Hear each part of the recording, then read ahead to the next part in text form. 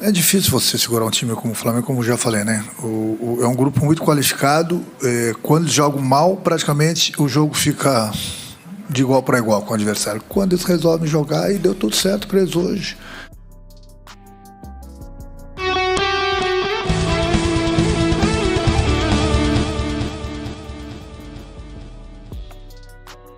Fala nação, beleza? Meu nome é Fábio Souza, eu sou uma pessoa com deficiência visual, daí os óculos escuros, e este é o nosso canal, o Fla Cegueta, meu irmão. A parada aqui é a seguinte, deixou chegar, já era. A gente nunca viu o Renato Gaúcho tão sensato como na abertura aqui do vídeo, né? O Renato ontem na coletiva realmente calçou as sandálias da humildade. É um fator raro em se tratando de Renato Gaúcho. Renato Gaúcho que em 2019 deu porrada no Flamengo à torta e à direita, falou mal do Jorge Jesus, desdenhou do trabalho do Mister, enfim, falou que o Flamengo só havia ganho tudo por causa do elenco, se ele tivesse tantos milhões nos cofres para investir no time ele também seria campeão, enfim, ele falou de tudo, muito, falou bobagem o tempo todo, e quando teve a oportunidade de dirigir o Flamengo, bom, fez bobagem e mostrou a todos que não é bem assim. Todo mundo entendeu que para dirigir o Flamengo, para pilotar a máquina Flamengo, é preciso sim ter qualidade, coisa que o Renato Gaúcho teve enquanto jogador, mas enquanto treinador, cara, ele deixa muito a desejar. Renato Gaúcho, assim, falar bem legal, é um bom treinador para o Grêmio e nada mais que isso. Acho que é assim como o Rogério Ceni para o São Paulo e ponto final, sabe? Não tem outra parada com discutir com relação a isso. Embora o Renato nunca perca essa questão aí de atribuir sempre problemas externos à sua própria incompetência. Essa que é a grande verdade, né? Mas tá aí, Renato bem humilde. É legal ver o Portaluppi usando esta carapuça que a gente sabe que é tudo facetinha, né? Fakezinho, né? O Renato não é assim, nos bastidores o Renato não é assim. O Flamengo ontem passou o carro no Grêmio, sem pena.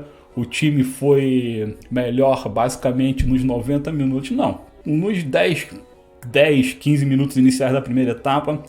O Flamengo ainda estava acertando a marcação, o Grêmio estava realmente surpreendendo a movimentação do Luizito Soares que foi pro jogo, enfim, estava meio que confundindo a marcação do Flamengo, mas bastou ali 15, 16, 17 minutos, o Flamengo passou a entender o que estava acontecendo e começou a neutralizar o Grêmio, e tanto que colocou os tricolores na roda, né?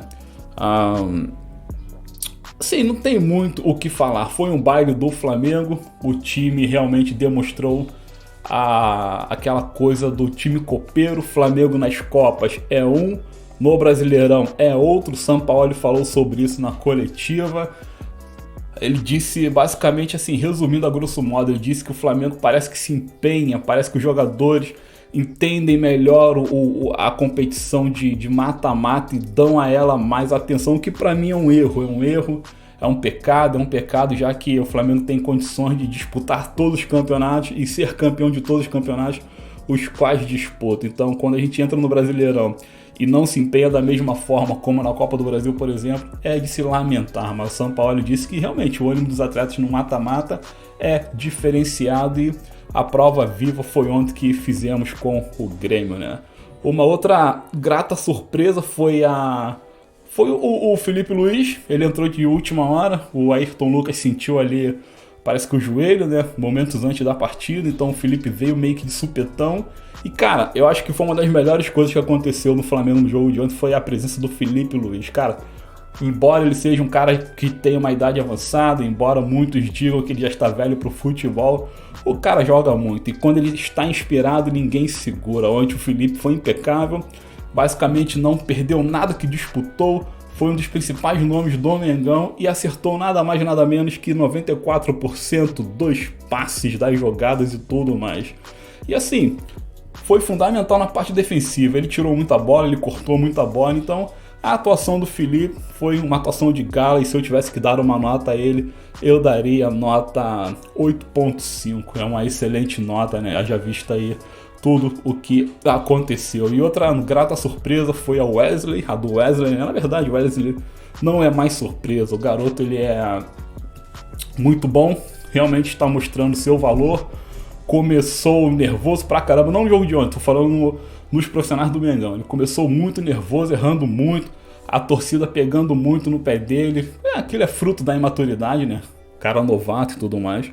Mas a partir do momento que o São Paulo foi dando confiança ao garoto e ele foi entendendo o que é jogar no Flamengo, enfim, foi só evoluindo e ontem ele atingiu o seu auge da performance. O Wesley foi taxado na transmissão como o melhor jogador do Flamengo em campo no primeiro tempo. Olha só, tu tem Arrascaeta, tem Bruno Henrique, tem Everton Ribeiro, tem, sabe, tem aquela gama toda de galácticos, vamos colocar desta forma, e o Wesley foi eleito o melhor em campo. Então, palmas ao garoto, parabéns ao garoto, ele tá jogando muito e, enfim, acho que o Flamengo tem tudo que ganhar com ele, tem tudo a ganhar. Uma pena que no próximo jogo ele está suspenso por questão de cartão, vamos ter que se virar com o Guilherme Varela. Talvez se o Mateuzinho se recuperar, o São Paulo vai optar pelo Mateuzinho, não sei, vamos ver o que vai acontecer. Mas foi isso aí, atuação soberba, tranquila. O Grêmio impôs certa dificuldade em alguns raros momentos. O Matheus Cunha errou uma ou outra saída, mas no contexto geral foi muito seguro também. E falando aqui, voltando a falar das sandálias da humildade, eu trouxe aqui uma resposta do Renato Gaúcho na coletiva que eu achei muito legal. Então assistam aí o Porta Lobo falando um pouquinho a respeito do jogo. Fala, Renato. O adversário, a gente sabe que ele é muito qualificado. É um plantel que todo mundo sabe, tem 2, 3 grandes jogadores a nível de seleção. Deu tudo certo para eles hoje. E infelizmente algumas coisas deram errado pra gente. Hoje a gente não teve a mesma atuação das outras partidas.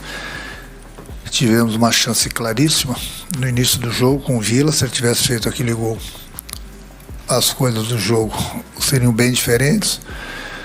Infelizmente nós não aproveitamos, e o que eu falei, que nem aquele jogo do Maracanã. O Flamengo teve as oportunidades, jogou muito bem, criou, fez o primeiro gol, depois numa bobeira nossa cedemos o pênalti, e no segundo tempo ainda, que o Chapecó defendeu, e no segundo tempo fica mais difícil você enfrentar o Flamengo com 11.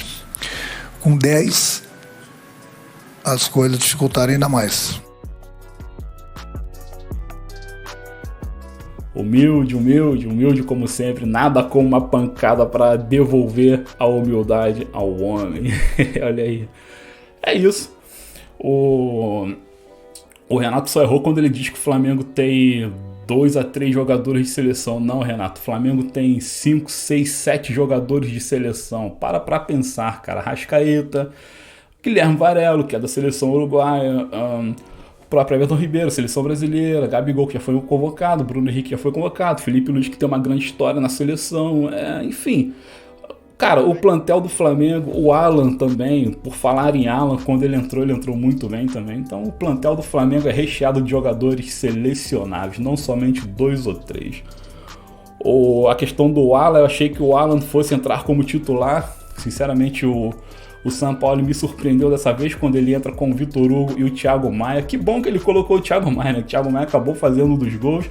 Por falar em gol do Thiago Maia, eu vou mostrar aqui agora, olha aí. O Thiago Maia, que é tão difícil ele fazer gols, ele mesmo brincou na Zona Mista dizendo que o Arrascaeta fala que ele só faz um gol por temporada, mas já que ele faz um gol por temporada, esse foi o gol, um gol importantíssimo e vale a pena mostrar aqui no Fla-Cegueta. Então contemple aí o golaço do Thiago Maia, embora as transmissões do Sport TV e da TV Globo estejam tentando diminuir o feito, dizendo que ele tentou cruzar, não interessa, meu irmão. Se ele tentou cruzar ou chutar, pouco importa. O fato é que a bola entrou e a nação explodiu em emoção. Então tá aí, gol do Thiago Maia. Bola curtinha para Léo Pereira. Tem o Everton Ribeiro aqui, você tá vendo ele solto, ele prefere jogar com o Felipe. Felipe tocou, boa bola. Arrascaeta, que passe pro Thiago, rolou pro gol! Gol! Desvio no Bruno. Agora no chute do Thiago. Resvala na canela esquerda. Então é isso aí, a escalação do Thiago Maia foi uma surpresa. Achei que ele ia vir com o Alan e o Vitor Hugo, né? Mas não, ele trouxe aí o Thiago e o Vitor e funcionou bem a dupla de volante, excelente, bastante seguros, saída boa de bola, pegada boa. O Vitor Hugo, além de ter explosão física, um cara bastante vigoroso, tem boa saída, o Thiago também, né? Então, cara, o Flamengo tá muito bem equilibrado nesse setor do campo, tá muito tranquilo, e as peças de reposições também estão todas tranquilonas, sabe? Não tem com o que se preocupar. Do mais, foi isso aí. Teve também um outro corte que eu quero mostrar aqui bem rápido, que eu tô brincando que a parada aqui é a seguinte: são 2 momentos raríssimos flagrados pelas câmeras da TV Globo no mesmo lance. 2 momentos raríssimos, e eu vou explicar quais são esses 2 lances assim que vocês contemplarem aqui comigo. Então assistam e eu vou falar do que se trata. Olha aí. Outra vez no Arrascaeta, Vitor Hugo. De pé esquerdo dá uma cavadinha pro Arrascaeta, de cabeça pro Everton Ribeiro, carregou e a bola vai pela linha de fundo. E o Klaus marca pênalti! Bruno Alves na jogada. E o toque na mão. E a oposição do Klaus, gente. Gabigol concentrado. É jogo grande. É semifinal de Copa do Brasil. Gabriel com fé no pé, Grando! Grando defendeu! 2 momentos raríssimos. Digo o seguinte, cara, pênalti marcado a favor do Flamengo. O Klaus não titube, eu achei isso bacana. No instante que o jogador do Grêmio mete a mão na bola, ele vai lá e pum, marca o pênalti sem titubear. Não teve porcaria de VAR, não teve aquela discussão, não teve nada. Pênalti claríssimo, o juiz não titubeou e marcou. Então, momento raro, já que estamos vendo recentemente aí na história do futebol brasileiro que todas as decisões que tem o Flamengo envolvido ali geralmente são contrárias ao clube rubro-negro, ou quando são a favor demoram um século para serem autorizados, mas desta vez não. O pênalti foi marcado em cima do lance e eu achei isso um fato raro de verdade. E outro segundo fato raro, obviamente, é o Gabigol perdendo o pênalti.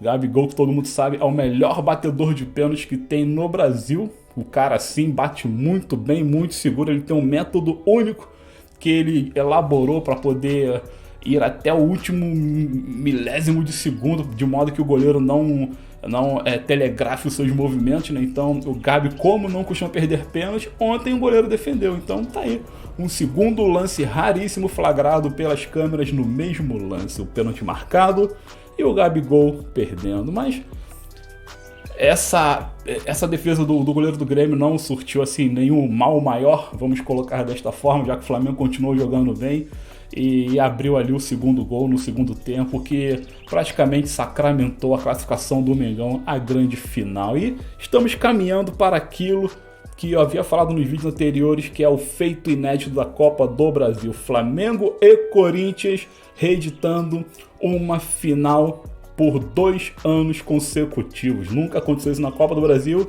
e vai acontecer. Vai acontecer porque Grêmio já está morto, o imortal foi morto e o Corinthians deu na cara do São Paulo dentro da Arena Neoquímica, como 2 gols do Renato Augusto, ex-cria do Flamengo. Então tá aí, edição de Copa do Brasil reeditada e vamos que vamos, essa parada aí. Bom, galera, do mais é isso aí, um grande jogo, felicidades, a nação rubro-negra amanheceu muito feliz. Agora vamos nos recuperar para o Campeonato Brasileiro, não podemos deixar o Brasileirão de lado. O Brasileirão é importantíssimo, né? Até porque, claro, a gente tá esperançoso de que sejamos campeões tanto da Copa do Brasil quanto da Libertadores, mas porra, cara, ninguém pode contar com o ovo no da galinha, né? Então é preciso que nos mantenhamos no G4 do Brasileirão e sim na perseguição do Botafogo. Então vamos nos recuperar, que no final de semana tem Brasileirão e, se Deus quiser, terminaremos o final de semana com mais 3 pontos nos bolsos. É isso aí. Vou me despedindo agora. Deixo aqui um grande abraço. Meu nome é Fábio Souza, mas não sem antes pedir aquele engajamento tão necessário aqui para quem produz conteúdo na plataforma. Então, galera, por favor, curtam, comentem, se inscrevam e compartilhem o vídeo de modo que outras pessoas tomem ciência de que há um novo canal falando de Flamengo aqui na internet, é o Flasseguet. Então curtam, comentem, compartilhem e ativem o sininho, beleza? Então é isso aí, muito obrigado. Fiquem com Deus, fiquem bem, fiquem com aquelas pessoas que vocês amam, sejam felizes e saudações rubro-negras. Muito obrigado. Valeu.